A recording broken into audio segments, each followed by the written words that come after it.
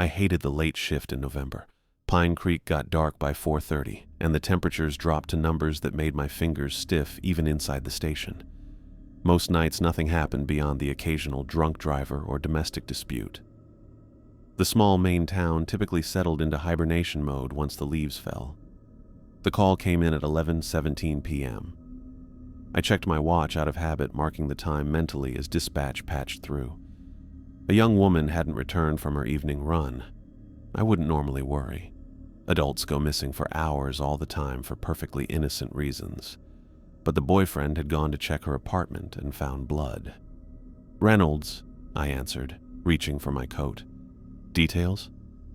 "Libby Ray, 22, student at the community college. Works at the Blue Diner. Boyfriend's name is Charlie Wade. He says there's blood in her bathroom, and she's not answering her phone. He's still at the apartment on Elm Street. Address? Oakwood Apartments, Unit 216. I'm on my way. Send Weathers to meet me there." I'd worked with Sam Weathers for about 8 months. Good rookie, thorough, asked the right questions, didn't jump to conclusions. We needed that tonight. The roads were empty. Pine Creek had maybe 12,000 people on a good day, and most of them were home by 10 on weeknights. I made it to Elm Street in under 5 minutes, parked at the curb of the 3-story apartment building, and spotted Sam already waiting in the lot. "Hey, Mark," Sam nodded, adjusting their glasses. "Boyfriend's upstairs, pretty worked up." "He touch anything?" "Says he checked the whole apartment for her, so yeah, probably everything." "Great. Nothing like contaminated evidence to start a case." We took the stairs to the second floor. A young man with disheveled blonde hair paced the hallway outside Unit 216. He wore jeans and a black hoodie with the logo of Murphy's Bar across the chest, half tucked in like he'd dressed in a hurry. "Charlie Wade?" I asked. He stopped pacing, his face a strange mix of panic and control. "Yeah, that's me. You have to find Libby. There's blood everywhere in there." I nodded to Sam, who pulled out a notebook. "We're going to do everything we can, but first I need you to tell me exactly what happened. When did you last see Libby?" "This morning. She had class, then work at the diner until 8. She always goes for a run after her shift. Says it helps her unwind. I was working at Murphy's until 10. I tried calling her after my shift, but she didn't answer. I tried 3 more times, then came over." Charlie ran a hand through his hair. "The door was unlocked, which isn't like her at all. I called her name, but when I got to the bathroom..." He trailed off, looking down at his hands. "Okay," I said. "Wait out here with Officer Weathers while I take a look." The apartment door stood slightly ajar. I pulled on latex gloves before pushing it open, careful not to disturb potential evidence. The living room looked normal. Small couch, coffee table with textbooks and a half-empty mug, TV mounted on the wall. Kitchen to the left, spotless except for a single plate in the sink. Then I reached the bathroom. 8 years on the force in Pine Creek, and I'd never seen anything like it. The mirror above the sink had been shattered, shards of glass scattered across the white tile floor. Blood had sprayed across the walls in violent arcs, high-velocity spatter consistent with either a gunshot or repeated blunt force. A large pool of half-dried blood had collected near the bathtub. What caught my attention wasn't just the volume of blood, but the pattern. It wasn't consistent with a simple assault or even a stabbing. The spatter reached too high on the walls, spread too widely across too many surfaces, and there were smears that didn't match any injury pattern I recognized. I backed out of the bathroom and followed a trail of blood droplets to the bedroom. The window stood open, the thin curtains fluttering in the bitter November air. The bed was still made, but the comforter had blood smears along one edge. Drag marks in the carpet led from the bathroom to the window. Someone had taken her out that way. I returned to the hallway where Sam was interviewing Charlie. "Mr. Wade, did you close any windows when you arrived?" He shook his head. "No. I didn't touch anything once I saw the bathroom. Just checked if she was here, then called 911. "And the bedroom window was open when you arrived?" "Yeah, it was freezing in there. His eyes darted toward the apartment door. "Is it bad in there? Can I see her?" "She's not in the apartment, Mr. Wade," I said, watching his reaction carefully. "When exactly did you get here?" "Around 10:45, I think. I didn't check the time." "And you were at work until 10? "Yeah, tending bar. Talk to Murphy, he'll confirm it." I nodded to Sam. "Call it in, full team, and get someone to Murphy's bar to verify his alibi." Sam stepped away to make the call while I continued questioning Charlie. He maintained unusual composure for a guy whose girlfriend was missing. He answered questions directly, without the emotional outbursts I typically saw in these situations. But his hands shook, and he kept glancing at the apartment door. Did Libby have any enemies? Anyone who'd want to hurt her? No. Everyone loves Libby. She's the nicest person I know. His use of present tense didn't escape my notice. Either he was hopeful or in denial. Any ex-boyfriends, stalkers, problems at work or school? Charlie shook his head. Nothing like that. How about you two? Everything good between you? His jaw tightened. What are you implying? Standard questions, Mr. Wade. I need to build a complete picture. We're fine. Ask anyone. The defensive tone told me otherwise. The hallway filled with officers and crime scene techs within 30 minutes. I briefed everyone, assigned search areas, and told them to check neighboring apartments for witnesses. It got even colder. I stepped outside for a bit, needing a break from everything happening inside. My breath made little clouds in the night air. I pulled my coat tighter and tried to make sense of what I'd seen. The violence in that bathroom wasn't normal for Pine Creek. We had our share of domestic problems and bar fights, but this much blood meant something way more violent. And the drag marks to the window showed planning. Someone had taken her body on purpose, carefully. I counted windows to find Unit 216. The bedroom window was easy to spot from where I stood, just a dark rectangle in the brick building. The drop was about 20 feet. Tough, but doable if someone had help or the right gear. This case felt off completely. The timing. The boyfriend's calm behavior. The violence itself. In 8 years as a cop, I'd never seen anything this bad in our quiet town. I headed back inside the apartment building, the cold air following me through the door.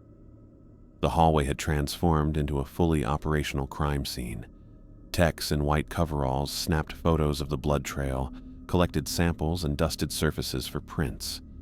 The metallic smell of blood hung in the air, mixed with the chemical odor of the tech's equipment. "Mark," Sam called, motioning me over. Murphy confirmed Wade was working until 10 p.m. We've got the bar's security footage coming in to verify. I nodded, watching Charlie Wade lean against the wall across from Libby's apartment. His arms were crossed over his chest, and his eyes followed each technician going in and out of the unit. The calm look he'd had earlier was breaking down, showing hints of worry underneath. "Let's take him to the station," I said quietly. "I want him in the interview room." Sam nodded. "You want me to do the honors?" "I'll handle it." I approached Charlie, noticing how he straightened up as I came near. "Mr. Wade, we need to continue this conversation at the station." His eyes narrowed slightly. "Am I under arrest?" "We're just trying to find Libby," I said, keeping my tone neutral. "Standard procedure in a missing persons case." He hesitated, then nodded. "Fine. Whatever helps find her." As Charlie pushed away from the wall, I noticed dark specks on his white sneakers. Blood. Could have gotten there when he checked the bathroom, but I filed the observation away. "My car or yours?" he asked. "You'll ride with us." The drive to the station was silent. In the rearview mirror, I watched Charlie stare out the window, his right hand absently rubbing a scratch on his left forearm. Another detail to add to my mental notes. The Pine Creek police station was a single-story brick building downtown, quiet at this hour except for the night dispatcher. We arrived at 1:30 a.m., according to the wall clock, as we entered through the rear door. I nodded to the officer at the desk while Sam guided Charlie toward interview room 2. The room was small and sparse. A metal table bolted to the floor, 3 chairs, and a two-way mirror along one wall. I asked Charlie to take a seat while Sam set up the recording equipment. "Let's start from the beginning," I said, sitting across from him. "When did you last see Libby?" "Like I told you this morning, around 7:30. Charlie's voice remained steady. "She had class at 9, then work at the diner until 8. "And your movements today?" "I had a shift at Murphy's from 2 to 10. After work, I went home, showered, then tried calling Libby. When she didn't answer, I went to her place." "What time did you arrive at her apartment?" "Around 10:45, I think. That's almost 45 minutes after you got off work. Your apartment is only 10 minutes from Murphy's, and Libby's place is another 5 minutes from yours. What took so long?" Charlie's jaw tightened. "I told you, I went home and showered first." "A 30-minute shower?" "I don't know, I didn't time it." His eyes flicked toward the door. "Is this really helping find Libby?"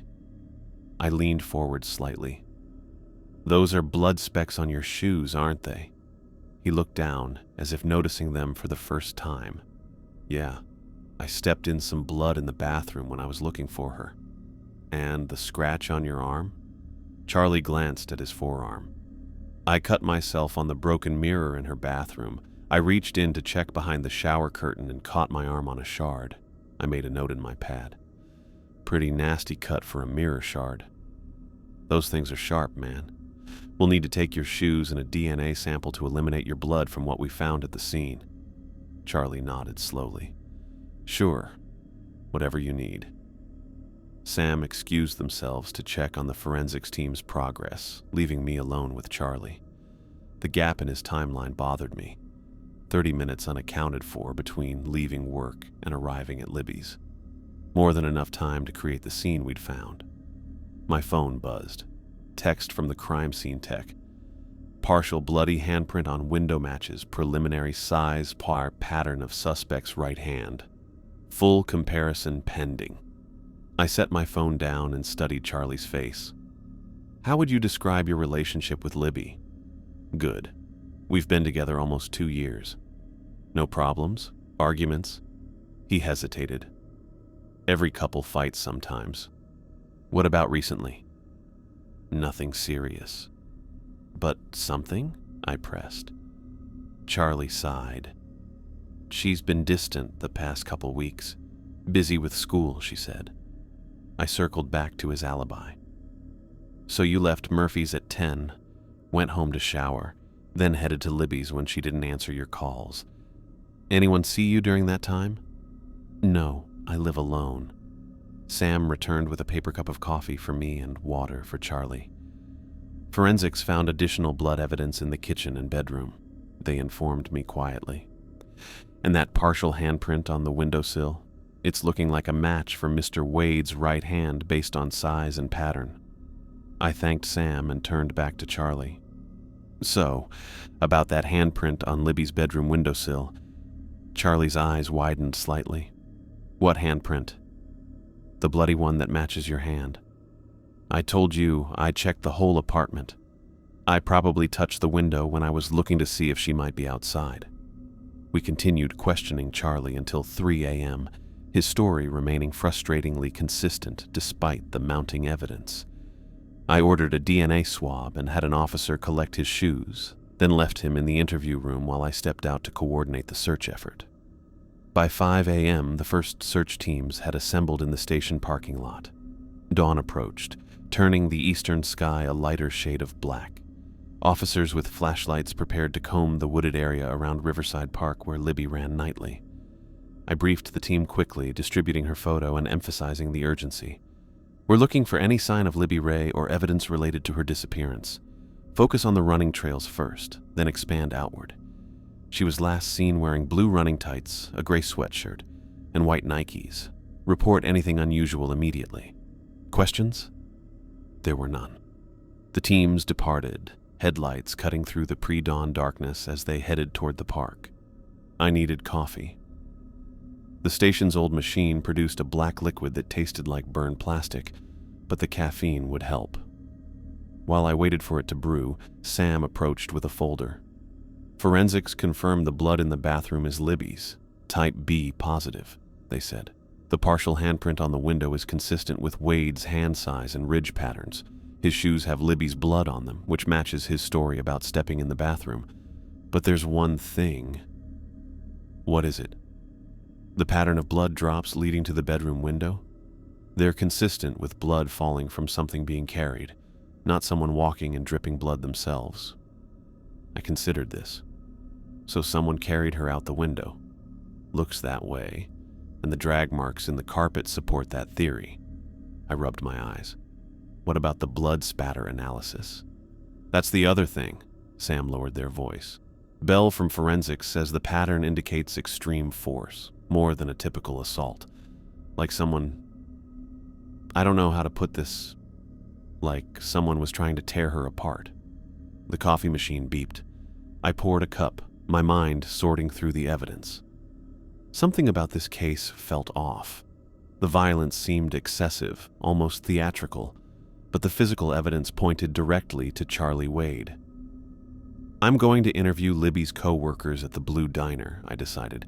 Keep me updated on the search. The diner was just opening when I arrived. The morning cook let me in and I found 3 waitresses setting up for breakfast service. All of them knew Libby. She's the best of us, said Jenny, the oldest of the group, her eyes red from crying. Always on time, covers shifts when we need it. Customers love her. How was she yesterday? I asked. Quiet, another waitress named Dana replied, but she's been like that lately. Any reason why? The women exchanged glances before Jenny answered. She and Charlie have been having problems. She told me last week she was thinking about breaking up with him. Did she say why? He gets jealous. Like real jealous. One of our regulars left her a big tip, and Charlie showed up here making a scene, accusing her of flirting for money. When was this? About 2 weeks ago. Libby was so embarrassed. She told me afterward that she couldn't take his possessiveness anymore. Did Charlie ever threaten her? Get physical? Jenny shook her head. Not that she told me, but she's been avoiding him lately, making excuses not to see him after work. I collected statements from all 3 women, then headed back to the station. The search teams had found nothing so far. No trace of Libby along her running route or in the surrounding woods. Charlie Wade was still in the interview room when I returned, looking tired but composed. I laid out the new information directly. Libby was planning to break up with you. His face flushed. That's not true. Her co-workers say otherwise. They say you've been having problems, that you made a scene at her workplace over a tip from a customer. That guy was hitting on her, Charlie snapped, his composure cracking. And yeah, we've had some arguments, but she wasn't breaking up with me. Your jealousy issues were a problem for her. Look, I get a little protective sometimes. That doesn't mean I'd hurt her. His voice rose. I love Libby. I would never... Then explain the blood in her apartment. Explain the 30 minutes you can't account for between leaving work and arriving at her place. Explain the bloody handprint on her window. Charlie stood up, his chair scraping against the floor. I've told you everything. I didn't do anything to her. I stayed in my seat, watching him blow up. His anger looked real, but something wasn't right. The violence at Libby's place was too brutal and planned out, not like when a jealous boyfriend snaps. Those are usually messy but simple. What we found in her bathroom pointed to something else, something worse. But the evidence kept piling up. Blood matching Libby's type. Charlie's missing 30 minutes. The handprint. His jealousy. Her plans to break up with him. By noon, I had enough to hold him. I read Charlie his rights while Sam put the cuffs on him. I didn't do anything to her, he repeated, his voice now hollow as the reality of his situation sank in. You're making a mistake. As they led Charlie to booking, I returned to my desk and stared at the preliminary crime scene photos. The blood spatter pattern bothered me. The violence it suggested seemed at odds with everything I'd observed about Charlie Wade, his controlled composure, his genuine concern. But evidence didn't lie. The physical facts pointed to him, and my job was to follow where they led. I just couldn't shake the feeling that we were missing something crucial, something that would explain the brutal, almost inhuman violence in that small bathroom. For now, though, Charlie Wade would remain in custody while we continued searching for Libby. Whether to rescue her or recover her body remained to be seen. 3 days passed without a trace of Libby Ray. Each search party returned empty-handed. Each canvass of the area yielded nothing new. Charlie Wade remained in custody, maintaining his innocence through multiple interrogations. The evidence against him mounted: the blood at the scene, the unexplained time window, the matching handprint, but something about the case continued to nag at me. My phone rang at 6:15 a.m. on Monday morning. The frost outside my bedroom window had turned the world white. "Reynolds," I answered, instantly alert despite the early hour. "Hey, it's Michaels. Hikers found a body in Whitman Woods, female, running clothes." My stomach tightened. "Coordinates?" 2 miles northeast of the Hemlock Trail entrance. We've secured the scene. I'm on my way. Call Dr. Moore. I dressed quickly in the cold apartment, my breath visible in the bedroom air. The heater had died again during the night. The temperature matched my mood, bitter and unforgiving. Whitman Woods was on the northern edge of Pine Creek, a big forest of oak, maple, and pine that went on for miles into the next county. The November frost had stripped most trees bare, leaving just branches against the brightening sky. I parked at the Hemlock Trail entrance where Officer Peterson waited to guide me to the scene. We walked in silence, our footsteps crunching through frozen leaves and twigs. The morning sun was coming up through the trees. "Over here, Mike," Peterson said, pointing to where yellow crime scene tape cordoned off a small clearing. 4 officers maintained the perimeter, their faces grim in the cold morning light. Beyond them, partially hidden by a shallow covering of leaves, lay what I already knew was Libby Ray. I pulled on latex gloves as I approached, forcing myself to look directly at what remained of the young woman. She lay on her back, arms at her sides, her running clothes torn and stained dark with dried blood. Someone had arranged her this way. This wasn't how a body fell. The leaves covering her lower half had been deliberately placed. I took a deep breath and moved closer, kneeling beside her. The blood-soaked gray sweatshirt matched the description of what she'd been wearing the night she disappeared. Her blue running tights were torn at the knees, showing defensive scrapes underneath. When I finally allowed myself to look at her face, my years of professional detachment nearly crumbled. Large sections of skin had been removed from her cheeks and scalp, the edges of the wounds impossibly clean, as if cut by a scalpel. Her eyes were gone, leaving empty sockets caked with dried blood. Her mouth hung slightly open, frozen in what might have been her final attempt to scream. I forced myself to look, to observe, to remember, for her sake, if nothing else. This wasn't just a crime scene. This was Libby Ray, who'd had plans and dreams 3 days ago. The sound of crunching leaves announced Dr. Patricia Moore's arrival. The medical examiner approached with her usual measured steps, her silver-streaked hair pulled back tightly. She knelt across from me, her expression remaining professional despite the horror before us. "Oh, you poor girl," she murmured, almost too quietly for me to hear. She examined the body methodically, her gloved hands gentle as she checked for rigor mortis and other indicators of time of death. After several minutes, she looked up at me. "From body temperature and environmental factors, I'd estimate she's been dead approximately 10 to 12 hours. But the injuries..." Dr. Moore paused, her green eyes meeting mine.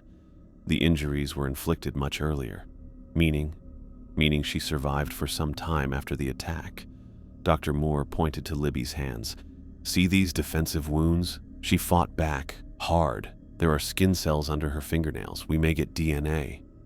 I nodded, feeling a quick flash of hope. Maybe there was proof that could clear Charlie's name or show he did it for sure. "The facial injuries are..." Dr. Moore hesitated, something unusual for her. The precision is remarkable. These weren't made with a household knife or typical weapon. The cuts are clean, almost surgical, and the force required to remove tissue this way exceeds what I would expect from an average person, even in a state of extreme emotion. She leaned closer to examine the eye sockets. The eyes were removed ante-mortem. My head snapped up. She was alive when that happened? Dr. Moore nodded grimly. Yes, and conscious, judging by the stress indicators in the surrounding tissue.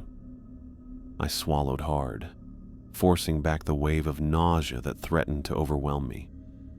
Cause of death? Preliminary finding is hypothermia. The blood loss was severe but not immediately fatal. She would have been weakened, unable to move or seek help. Dr. Moore stood up slowly. She died from exposure, Detective. Out here, alone, after hours of suffering.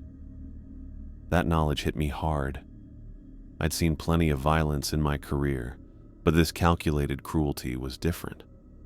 I need to ask Trish, I said quietly, using her nickname from our long professional association. Could Charlie Wade have done this? Dr. Moore considered the question carefully before answering. The force and precision required, it's not impossible, but it's unlikely for someone without medical training. These cuts were made with extraordinary control, even as the victim struggled. She looked at me directly. Between you and me, I've never seen wounds like this from a crime of passion or rage. This was calculated. Clinical. I nodded, filing that information away. Full workup as soon as possible? You'll have preliminary findings this afternoon.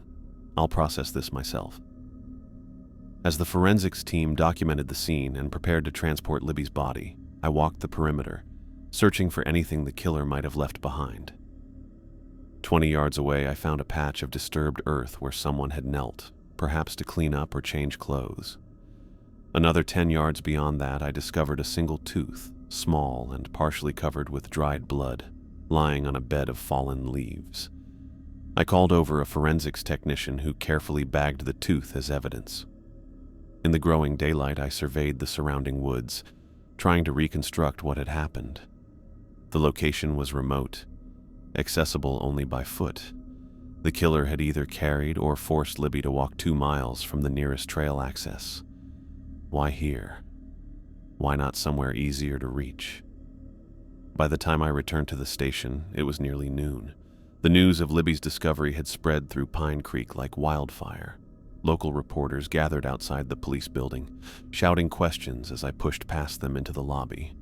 Sam waited for me inside, their face solemn. How bad?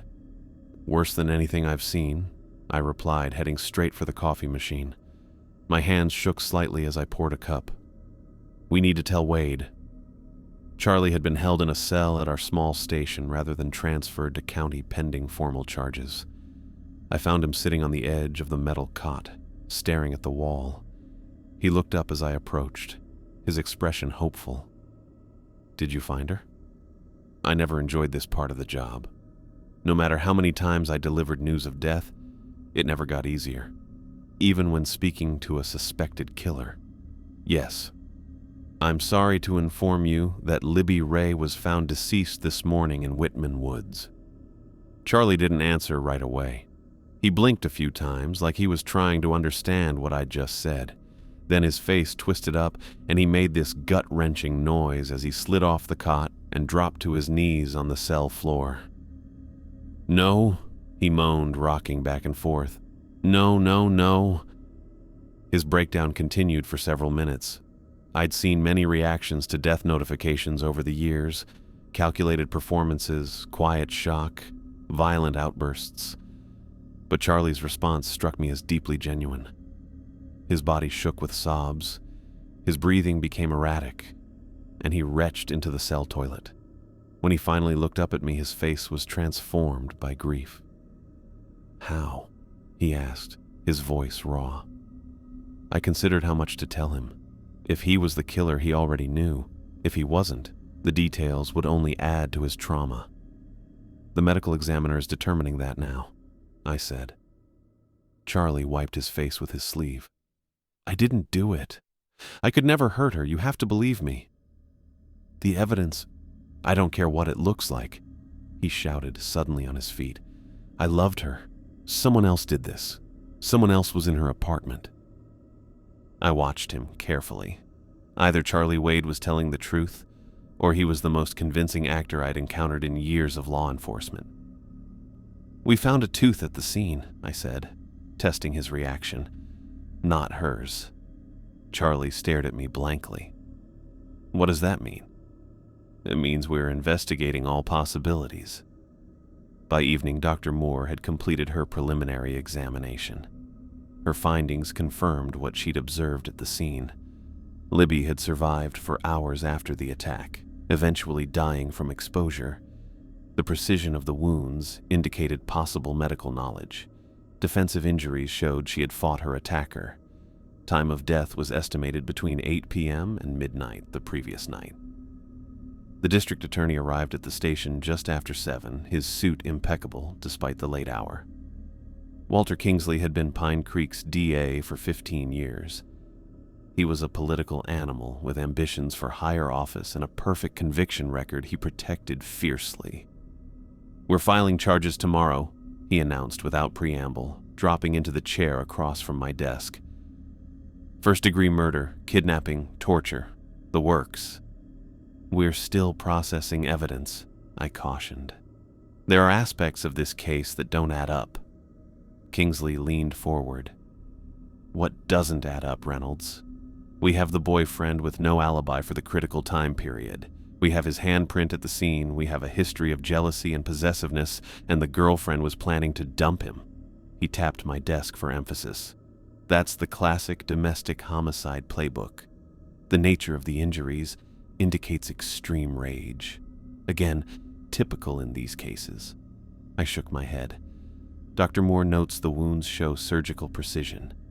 Charlie has no medical training, so he watched a few episodes of some medical show. Kingsley dismissed with a wave.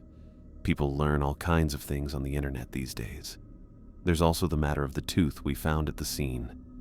Probably animal, or unrelated. The DA's mind was made up. I recognized the look. He already had his press conference planned, his narrative constructed. Charlie Wade was the perfect suspect, the jealous boyfriend with circumstantial evidence pointing his way. The case would be clean, easy to prosecute, easy for the public to understand. I'm just saying we should be thorough, I insisted. And I'm saying we have our man. Kingsley stood up. The arraignment is scheduled for 9 a.m. Make sure he's ready. After the DA left, I sat alone in my office, reviewing the case file. The evidence against Charlie was substantial. The handprint, the blood on his shoes, the timeline discrepancy, the motive. But Dr. Moore's observations about the wounds kept circling in my mind. The tooth found at the scene, the excessive violence, the clinical precision. The case was closed officially. Charlie Wade would stand trial for the murder of Libby Ray. The evidence would likely convict him. But as I stared at the crime scene photos, at the inhuman precision of those wounds, I couldn't shake the feeling that we had missed something crucial. Something that existed in the narrow space between provable facts and intuition. Something that would explain how a jealous boyfriend had transformed into a calculating surgeon capable of keeping his victim alive for hours while systematically removing parts of her face. The true horror wasn't just what had happened to Libby Ray. It was the possibility that whoever had really done this might still be out there. 5 years had worn the edges off Libby Ray's case file, but not my memory of it. The photos inside had faded slightly, developing that yellowish tint that comes with time, but the images they captured remained as vivid in my mind as they'd been that November morning in Whitman Woods. I sat alone at my desk in the Pine Creek Police Department, the overhead fluorescents buzzing as they always did after hours. The station emptied out after 8 most nights. Small-town crime typically winding down with the setting sun. My promotion to sergeant had come with a slightly larger desk, but the same view of the parking lot and the same stack of unsolved cases that I couldn't let go. The front desk bell chimed. pulling me from my thoughts. Through the glass partition separating the bullpen from the lobby, I spotted a young woman talking to Officer Denton. She gestured with her hands as she spoke, her posture tense. Denton nodded, then pointed toward my desk before leading her through the security door. "Sarge, this is Ava Mitchell," Denton said. "She wants to file a report about someone following her." I noticed the woman, Ava, give me a quick, nervous smile. Her hair was in a braid, and she was wearing running clothes like she'd just finished working out. Her zippered jacket had Pine Creek Community College printed on it. "Thanks, Denton. I've got this." I motioned to the chair across from my desk. "Have a seat, Ms. Mitchell." Denton retreated, and Ava sat down, her hands resting in her lap. Up close, I noticed the light sheen of sweat still on her face, and the alert, cautious way her eyes tracked movement around the room. "So someone's following you?" I prompted, pulling a report form from my drawer. "Yes, for the past week, maybe longer." Her voice was steady despite her obvious concern. "I run every evening after work, around 7. Same trail at Riverside Park. I wrote this down, something clicking in the back of my mind." "And you're seeing the same person each time?" "I think so. It's hard to tell because he stays far enough away that I can't make out features. Just a silhouette against the trees along the edge of Whitman Woods." Ava leaned forward slightly. "At first I thought it was just another runner, but he never passes me or falls behind. He keeps the exact same distance." "Have they approached you or spoken to you?" "No." She shook her head. "But last night, I stopped to retie my shoe and he stopped too.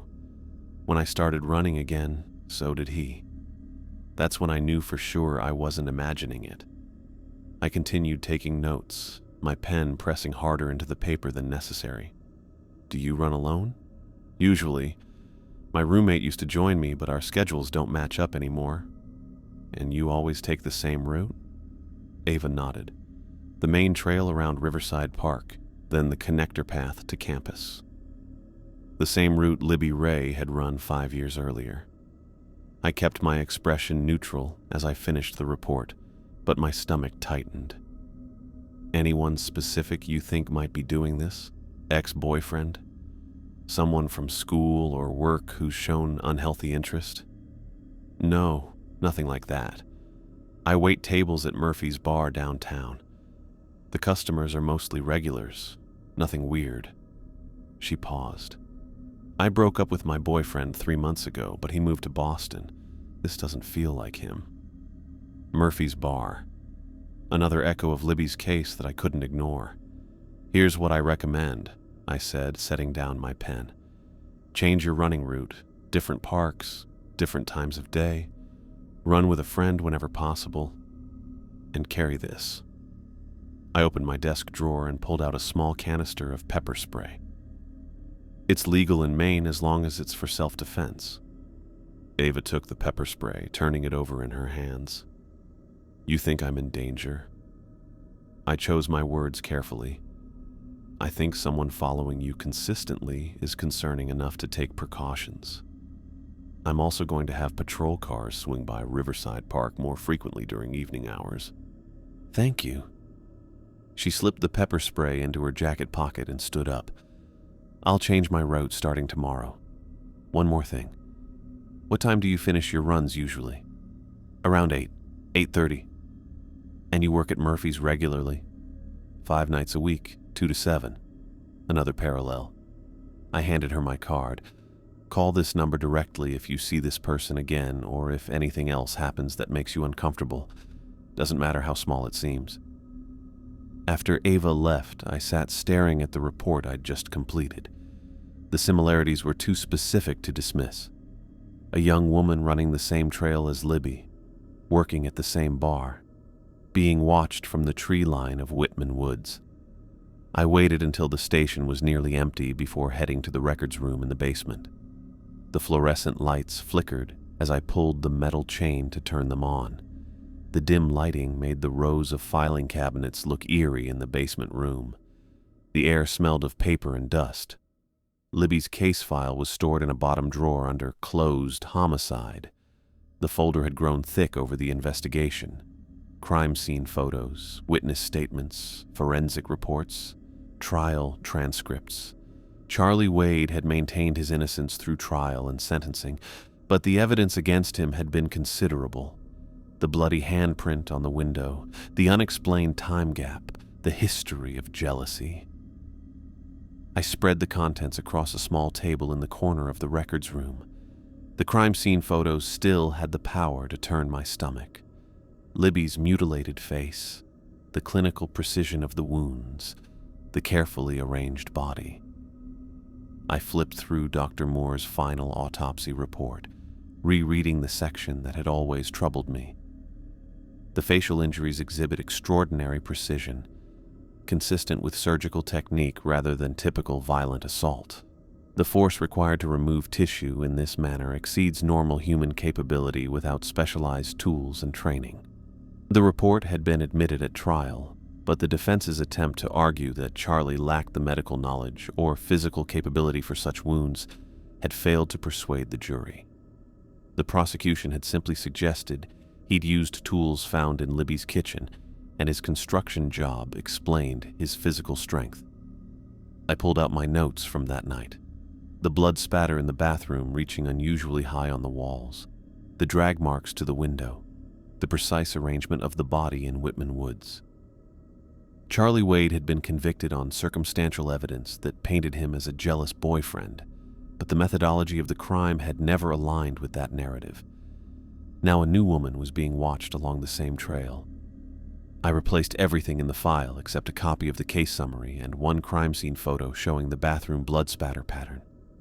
These I slipped into my personal notebook before returning the file to its drawer. Upstairs, I clocked out just after 10.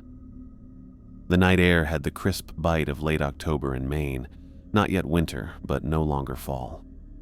My breath fogged in front of me as I walked to my car, the parking lot empty except for my 10-year-old Jeep and a patrol car waiting for the night shift officer to return from a call. Instead of heading home, I drove toward Riverside Park. The park officially closed at dusk, but the gates remained open year-round. I parked in the empty lot and sat for a minute, engine off, listening to the tick of the cooling metal and watching the tree line across the open field.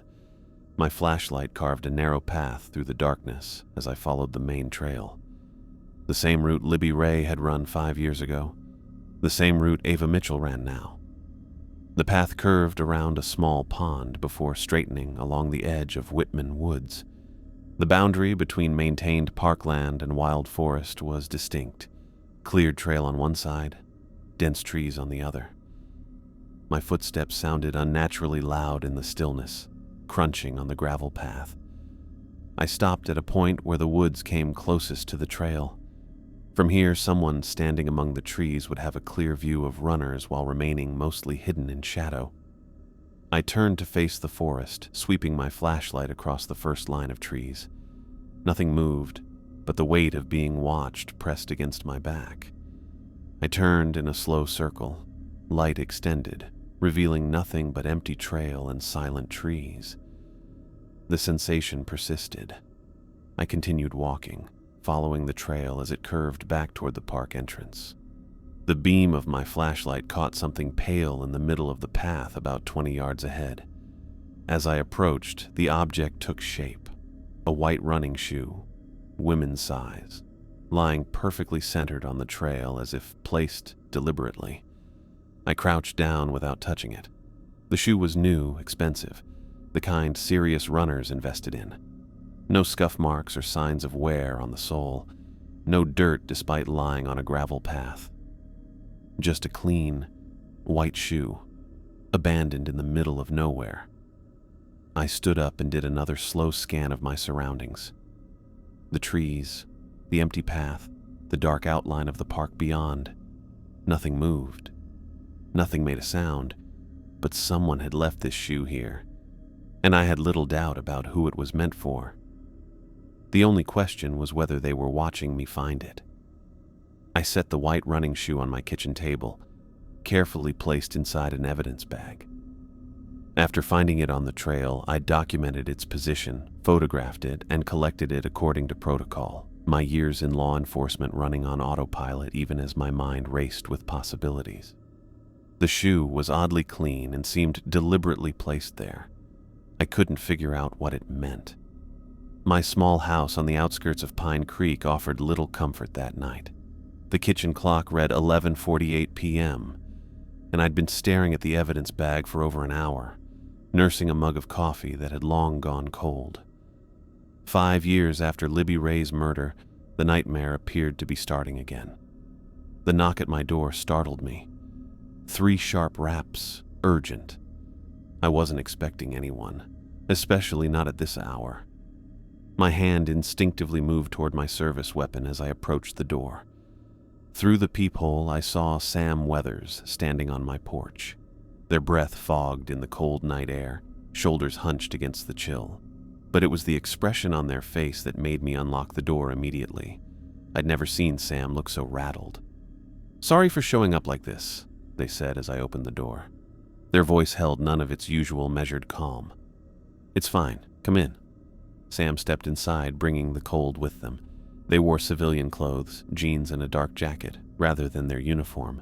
Off duty then, but clearly here on police business. "I need to show you something," Sam said, remaining standing even after I motioned toward a chair. "Want coffee first?" "No, this can't wait."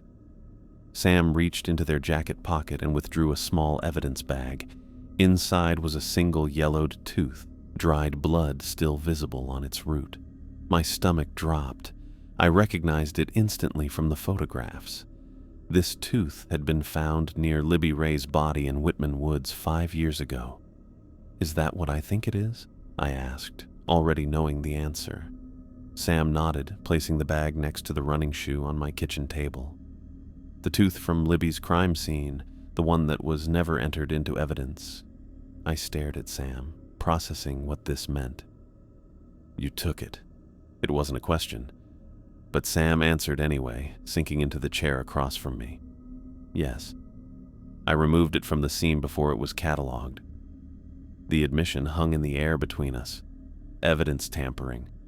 A career-ending offense, possibly criminal charges. 5 years of working together, and Sam had never hinted at this secret. "Why?" I finally asked. Sam ran a hand over their close-cropped beard, eyes fixed on the tooth and its plastic enclosure. "The case against Charlie Wade never sat right with me. The evidence fit too neatly in some ways and made no sense in others. You felt it too. I know you did." I couldn't deny it. Despite Charlie's conviction, questions had lingered. "The tooth was an anomaly," Sam continued. "Found 20 yards from the body, a single adult molar with no explanation for how it got there. It didn't fit the prosecution's narrative, so they ignored it. I knew if I logged it, it would be filed away and forgotten. So instead you pocketed it?" I kept my voice level, fighting my instinct to react with anger at this breach of protocol. "I kept it safe, and 2 weeks ago, I sent it to a lab in Massachusetts for DNA analysis. Called in a favor from a college friend who works there now." Sam pulled out a folded set of papers from an inside pocket and placed them on the table. "Lab results. The results came in today," they said. "That's why I'm here." I picked up the papers, scanning the technical jargon until I reached the conclusion section. What I read there made no sense. "This says the DNA matches samples from 6 unsolved murders across 3 states, spanning 5 decades. Sam nodded. "Same signature in each case. Young women with parts of their faces surgically removed. The earliest match is from Portland, Oregon, 1973. But Charlie Wade wasn't even born then." "Exactly." Sam leaned forward. "Turn to page 3. I flipped to the page he pointed to, where someone had done another analysis. The writing got more scientific, but I noticed certain phrases right away. Genetic markers consistent with 19th century remains, DNA preservation anomalies. "I don't understand," I said, looking up at Sam. "This says the tooth's DNA matches remains from a grave in Boston dating to the 1800s. The lab ran the comparison twice to be sure." The tooth's owner shares genetic markers with human remains excavated during a construction project in Boston 15 years ago. Those remains were identified as belonging to a Dr. Edward Blackwell who died in 1875. I set the papers down, trying to make sense of what Sam was telling me. That's impossible. DNA degrades over time. This has to be contamination or a mistake. My friend at the lab says it's neither. The sample was clean, the testing protocols rigorous. The tooth belonged to someone who, according to all scientific understanding, should have been dead for over a century. The coffee mug in front of me suddenly seemed insufficient. I stood up and walked to the cabinet above my refrigerator, pulling down a bottle of whiskey and 2 glasses. Sam accepted the drink without comment. "So what exactly are you suggesting?" I asked after taking a long sip. "That we're looking for someone who's been killing women since at least the 1970s, and who somehow has DNA matching a 19th century corpse." Sam met my eyes. "I'm not suggesting anything. I'm just sharing the facts." We sat in silence for a moment, the implications too bizarre to voice aloud. The clock on the wall ticked past midnight. "There's more," I finally said. "A woman came into the station tonight. Ava Mitchell. She works at Murphy's Bar and runs the same trail Libby Ray did. Someone's been following her for the past week." Sam's posture stiffened. "From the tree line?" "Yes. And after she left, I drove to Riverside Park to check it out." I gestured to the evidence bag containing the white shoe. "I found this on the trail, brand new, no dirt, placed there deliberately." "A message," Sam said, "or a warning. It gets worse. Ava Mitchell's schedule mirrors Libby Ray's almost exactly, working at Murphy's until 7, running afterward." Sam took another drink, their hand not entirely steady. "Do you think Charlie Wade was innocent?" "I think we need to check on Ava Mitchell right now." I reached for my phone. "Let me run a location check on her cell phone first." Using the department's emergency tracking system, I entered Ava's number from the report she'd filed earlier. The system took 30 seconds to ping her phone's location. "She's at her apartment on Maple Street," I said, reading the results. "But the phone hasn't moved in 12 hours. It's stationary." Sam and I exchanged a look that contained all our unspoken fears. "Could be charging her phone while she sleeps," Sam suggested, but their tone lacked conviction. "At this point, I'm not taking chances." I stood up, collecting my service weapon and badge. "Let's go check on her." Sam nodded, already heading for the door. Neither of us verbalized what we were thinking, that if the DNA results were accurate, if the same person who killed Libby Ray was now stalking Ava Mitchell, then we weren't merely dealing with a serial killer. We were hunting something that defied rational explanation, something that had been hunting in Pine Creek for far longer than we'd realized. As we stepped out into the cold night air, the wind picked up, whistling through the bare trees surrounding my house. I locked the door behind us, though in that moment, locks seemed an inadequate defense against the horror we were beginning to understand. "What's her address?" Sam asked as we approached their car. 412 Maple, apartment 3B. I checked my watch, 12:22 a.m. Let's hope we're just being paranoid. But as we pulled away from my house and headed toward town, I knew we weren't. The tooth, the DNA, the shoe on the trail, they matched up too well to brush off. Someone had taken Libby Ray 5 years ago and put her through hell. Someone with medical skills and crazy strength. Someone who might now have Ava Mitchell. The clock on Sam's dashboard read 2:13 a.m. when we pulled up to Ava Mitchell's apartment building on Maple Street. The 3-story brick complex stood silent under the weak yellow glow of security lights, most windows dark except for a few with the blue flicker of late-night television. "Apartment 3B, I reminded Sam as we exited the car, our breath clouding in the cold night air. We climbed the metal stairs, our steps making noise against the steel steps. I noticed right away that something was off. Ava's door was open a bit, showing a thin line of darkness between the door and frame. I pulled out my gun, and Sam did the same without saying anything. We'd worked together long enough that we could talk with just looks and small hand signals. "Ava Mitchell?" Pine Creek Police? I called out, positioning myself against the wall beside the door frame. No response came from inside. I pushed the door open with my foot and entered the darkened apartment, weapon raised. Sam moved to cover the corners of the room. The living room appeared untouched. A small sofa faced a television, textbooks stacked neatly on a coffee table, a half-empty mug resting on a coaster. Everything looked perfectly normal. Too normal. "Check the kitchen," I whispered to Sam. "I'll take the bedroom and bathroom." I moved down a short hallway, checking each doorway. The bedroom door stood open, revealing a neatly made bed with an open textbook placed face down on the comforter. Nothing seemed disturbed. When I reached the bathroom, I stopped cold. Blood covered the walls in a spray pattern identical to what I'd seen 5 years ago in Libby Ray's apartment. High-velocity spatter reached all the way to the ceiling, a constellation of red droplets that told of extreme force. Unlike Libby's bathroom, the mirror here remained intact, but it reflected something that turned my insides cold. Written in blood across the white shower curtain were 2 words: "She's mine." "Sam," I called, my voice tight. "In here." Sam appeared beside me, inhaling sharply at the sight. "It's the same pattern as Libby's bathroom." I approached the shower and used my pen to pull back the curtain.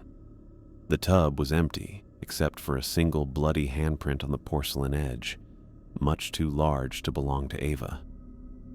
"Look," Sam pointed at the floor where droplets of blood formed a trail leading out of the bathroom. We followed the crimson path back through the hallway into the kitchen. The drops grew smaller and farther apart until they ended at the sink, where the window stood open to the night air. Bloody handprints marked the white windowsill in smears of dark red. On the counter below sat Ava's phone, still connected to its charger. "He took her through the window," I said, leaning out to look at the ground below. My flashlight beam cut through the darkness, revealing a 15-foot drop to a grassy area. Sam called for backup while I continued examining the scene from the window. In the beam of my light, I saw disturbed earth and drag marks leading from directly beneath the window toward the tree line 30 yards away. The edge of Whitman Woods. The same woods where we had found Libby's body. "Backup's coming.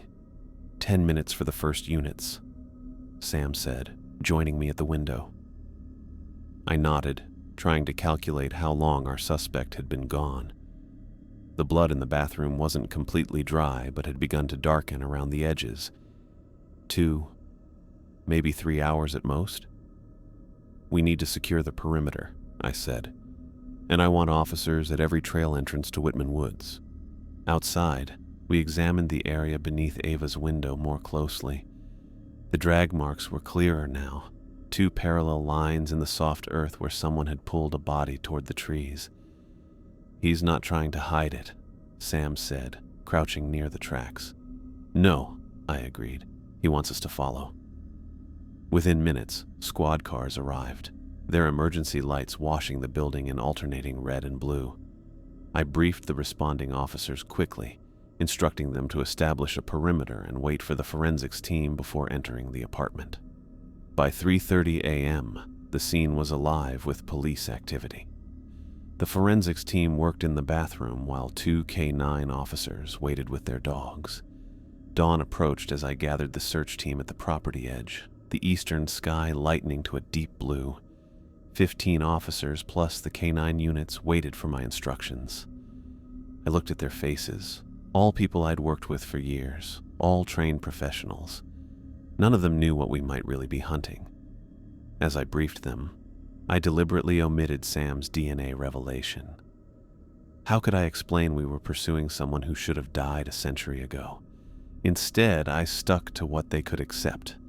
Ava Mitchell had been abducted, likely by the same perpetrator who killed Libby Ray 5 years earlier. Our search would concentrate on Whitman Woods, particularly near where Libby's body had been found. "Our priority is finding Ava Mitchell alive," I concluded. "This perpetrator has a pattern of keeping victims alive for some time. We have a window of opportunity. Let's use it." As the teams deployed with their equipment, dogs pulling at leashes, officers checking thermal imaging devices, my phone rang. The station number appeared on the screen. "Reynolds," I answered, walking away from the others. "Sergeant, I thought you should know right away," the night dispatcher said.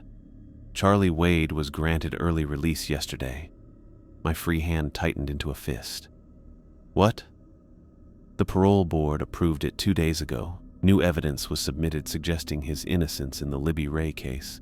I just found out while processing the daily reports." "What new evidence?" I asked.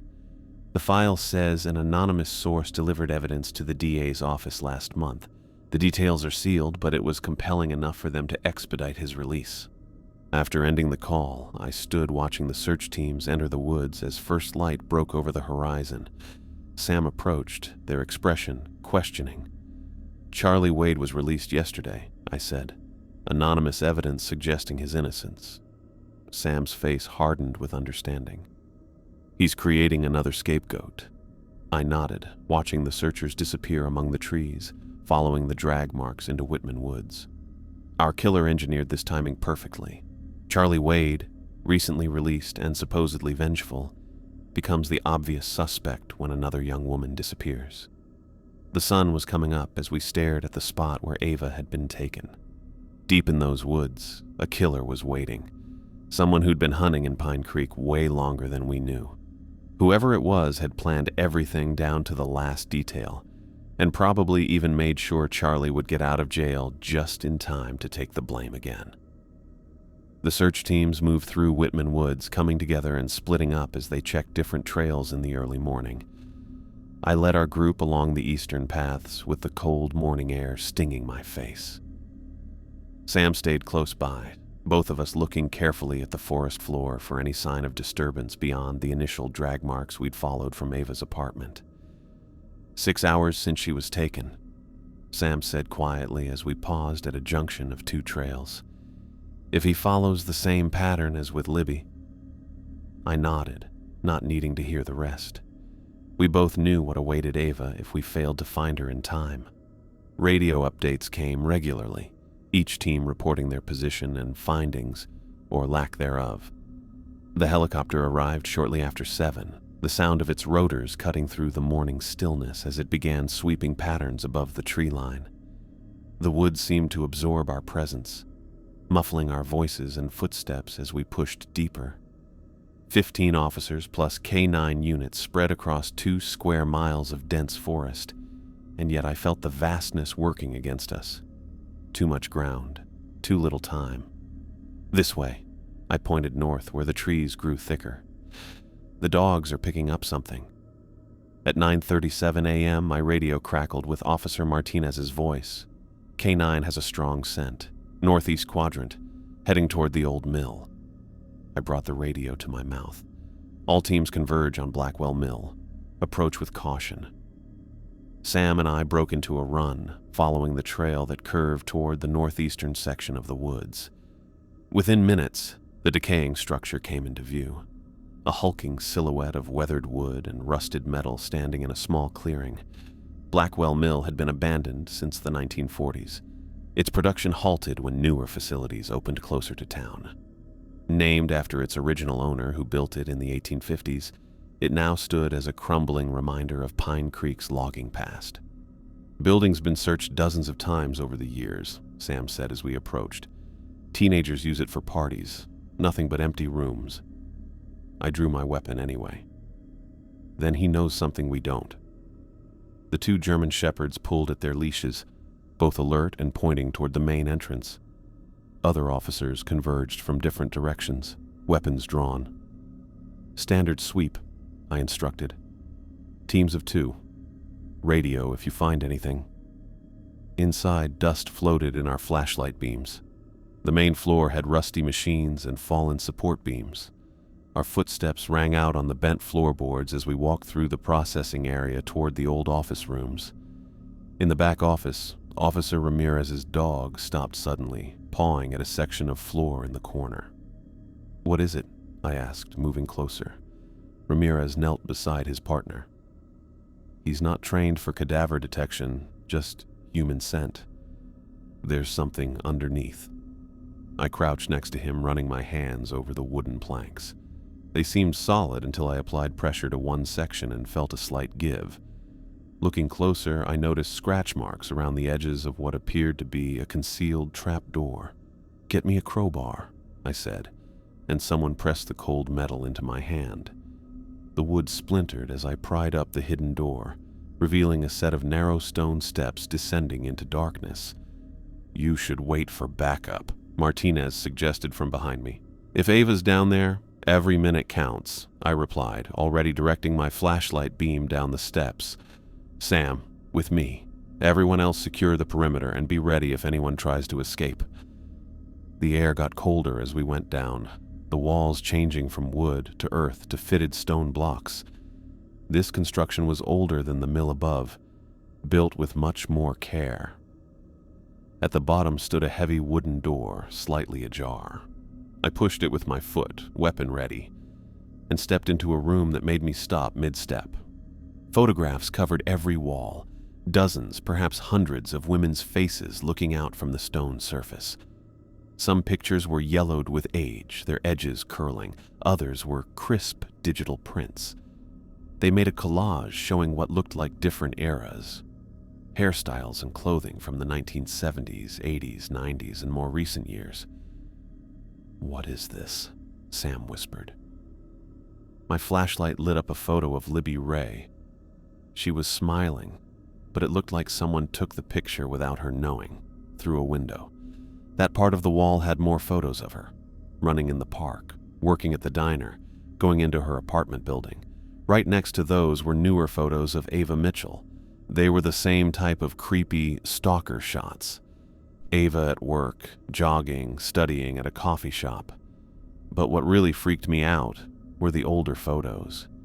Women I'd never seen before, some pictures looking like they were from decades ago. Each one had names and dates written in super neat handwriting. Portland, 1973. Boston, 1981. Chicago, 1995. I read aloud, examining one faded section. In the center of the room was an old medical table with dark dried blood all over it. Leather straps hung from each corner. Next to it, a small cart on wheels had surgical tools, all lined up and shiny in our flashlight beams. "He's been hunting them," Sam said, "watching them for weeks before taking them." As other officers filed carefully down the stairs, I moved toward a desk in the corner where a leather-bound journal lay open. I pulled on a latex glove before touching it, carefully turning pages filled with anatomical drawings and notes written in faded brown ink. The text described facial symmetry and the preservation of beauty through consumption in elegant, formal handwriting that seemed from another century. I turned to the final entry, dated yesterday. "The subject has been prepared. Initial markings complete. Must relocate to the sacred grounds before completion of the procedure. The final transformation shall occur where it all began, beneath the watchful eyes of my forebears." I looked up at Sam. "Sacred grounds. He's taken her to a cemetery." Sam's eyes widened. "St. Michael's, the oldest cemetery in Pine Creek. And there's a Blackwell buried there," I added, the connection suddenly clear. "Edward Blackwell, the original mill owner." I rushed toward the stairs, already calling into my radio. "All units redirect to St. Michael's Church Cemetery, north side of town. Possible kidnapping victim on site." We left officers to secure the mill as evidence techs arrived. The drive to St. Michael's took 7 minutes of tense silence, each second diminishing Ava's chances. The cemetery appeared ahead, a small, overgrown plot surrounded by rusted iron fencing. The church behind it had been closed for decades, its stone walls crumbling and windows broken. "Spread out," I ordered as officers moved through the gate. "Look for freshly disturbed earth." I walked among the headstones, many so weathered their inscriptions had faded to nothing. Near the center stood a larger monument, a stone angel with wings spread wide over a marble slab. The name etched into the base read, "Dr. Edward Blackwell, 1813-1875. The ground before the monument had been recently disturbed, earth turned over in a rectangle the size and shape of a grave. "Here!" I shouted, dropping to my knees and beginning to dig with my hands. "Get shovels from the trucks!" Officers surrounded me, some joining with their hands while others ran for equipment. The cool earth gave way easily, still loose from recent digging. 3 feet down, my fingers struck something solid. Wood. As shovels arrived, we cleared earth from around what appeared to be a wooden box. Not a standard coffin, but something handcrafted, approximately 6 feet long by 2 feet wide. "Get a pry bar," I called, clearing the last dirt from the lid. When the tool arrived, I wedged it under the edge and pushed down with all my strength. The wood creaked, then gave way with a splintering crack. I pulled the broken lid aside and aimed my flashlight inside. Ava Mitchell lay unconscious, her wrists and ankles bound with leather straps. Her face remained untouched, no surgical cuts or missing features like Libby had suffered. An IV line ran into her arm from a small bag of clear fluid suspended from the inside of the coffin lid. I pressed my fingers to her neck, feeling a faint but steady pulse. "She's alive. Get paramedics here now." As officers lifted her carefully from the makeshift grave, I noticed something clutched in her right hand. A small folded piece of paper. I gently removed it, unfolding a note written in the same elegant script as the journal. "You've found what I've allowed you to find. The girl lives because her time has not yet come. Our work continues." I pocketed the note as paramedics rushed in with a gurney. Ava remained unconscious as they assessed her condition, attaching monitoring equipment and replacing the unknown IV with their own. "Sedated but stable," one paramedic reported. "Looks like a surgical sedative. She'll need toxicology at the hospital." As they prepared to transport her, I stood beside the empty grave, looking at Edward Blackwell's headstone. Officers secured the scene around me, placing evidence markers and taking photographs. Our killer had led us here deliberately, leaving Ava alive when he could have killed her. The underground room, the photographs spanning decades, the journal entries. We'd found his workshop, his trophy room, his private space, but the man himself remained a shadow. I walked back to my car as they loaded Ava into the ambulance. She had survived, unlike Libby and countless others before her. But as I watched the ambulance pull away, I knew this wasn't over. The evidence we'd discovered today only confirmed what Sam's DNA analysis had suggested. We were hunting something that had been killing for decades, perhaps longer.